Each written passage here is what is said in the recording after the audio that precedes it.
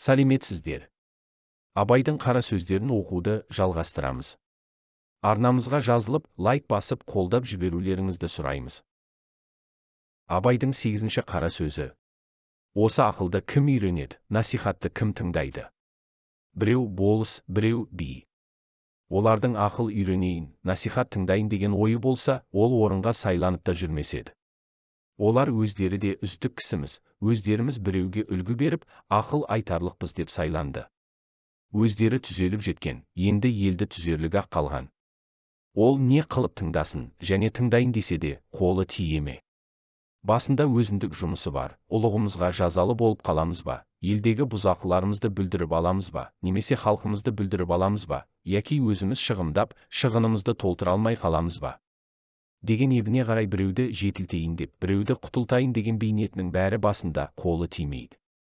Байлар, олар өздері де бір күн болса да дәулет қонып, дүниенің жарымы басында тұр.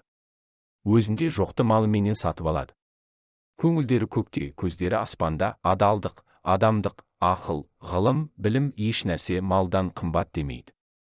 Мал болса, Құдай тағаланы да паралап алса болады дейді. Оның діні, Құдайы, халқы, жұрты, білімі, ұяты, ары, жақыны бәрі мал. Сөзді қайтып ұқсын, ұғайын десе де, қолы тие ме?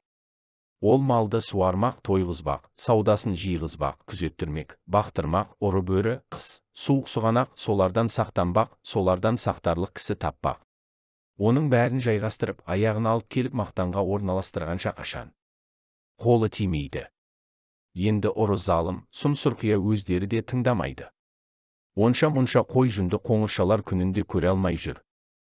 Аналар анадай болып тұрғанда білім, ғылым, ақылды не қылсын? Және де білім, ғылым кедейге керегі жоқтаяқ, бізді не қыласың, ана сөзді ұғарлықтарға айт дейді.